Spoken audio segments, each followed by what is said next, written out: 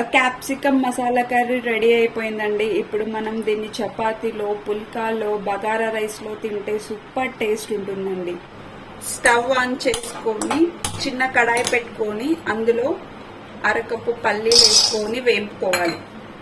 అరకప్పు నువ్వులు లైట్గా వేంపుకోవాలి. స్టవ్ ఆఫ్ చేసుకొని మిక్సీ జార్లోకి తీసుకుందాం. 1 స్పూన్ ఆయిల్ వేసుకోవాలి. 2 మీడియం సైజ్ ఆనియన్స్,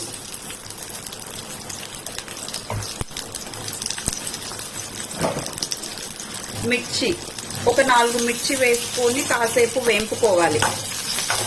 ఇవి కాసేపు మగ్గిన తర్వాతకి స్టవ్ ఆఫ్ చేసుకొని మిక్సీ జార్లోకి తీసుకొని మిక్సీ పట్టుకోవాలి. ఇవి రోస్టెడ్ పిస్తా, కర్రీలో వేయడానికి కాదు, కర్రీ చేయడానికి మనకు శక్తి రావడానికి తినాలి. చేసుకొని కడాయి పెట్టుకొని 4 టేబుల్ స్పూన్ల ఆయిల్ వేసుకోవాలి. ఆయిల్ హీట్ అయ్యాక జీలకర్ర, లవంగాలు, చెక్క, ఇలాచి వేసుకొని కాసేపు ఫ్రై చేసుకోవాలి. కట్ చేసి పెట్టుకున్న క్యాప్సికమ్ క్యూబ్స్ ని యాడ్ చేసుకోవాలి.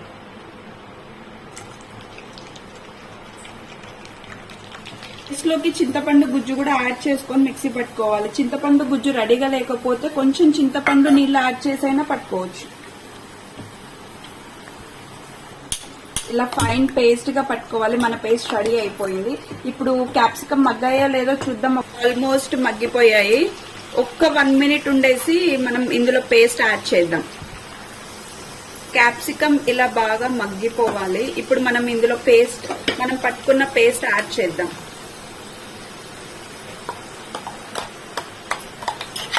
మిక్సీ జార్లో ఇంకొంచెం వాటర్ పోసుకొని ఇందులోనే యాడ్ చేసేద్దాం.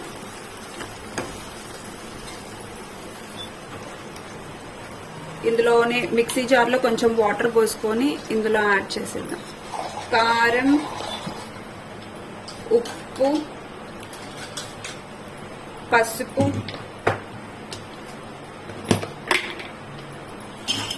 ధనియా పౌడర్, గరం మసాలా. నేను ఆచి గరం మసాలా యూజ్ చేస్తానండి. చాలా టేస్ట్ ఉంటుంది. మీరు ట్రై చేయండి. వీటిని ఇప్పుడు బాగా కలిపి కాసేపు బాగా నూనె పైకి తేలేంత వరకు మగ్గనిచ్చాలి.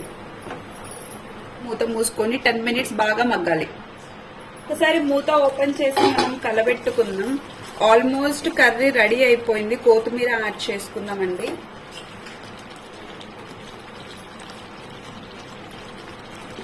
బాగా కలుపుకొని స్టవ్ ఆఫ్ చేసుకుందాం. ఇంకా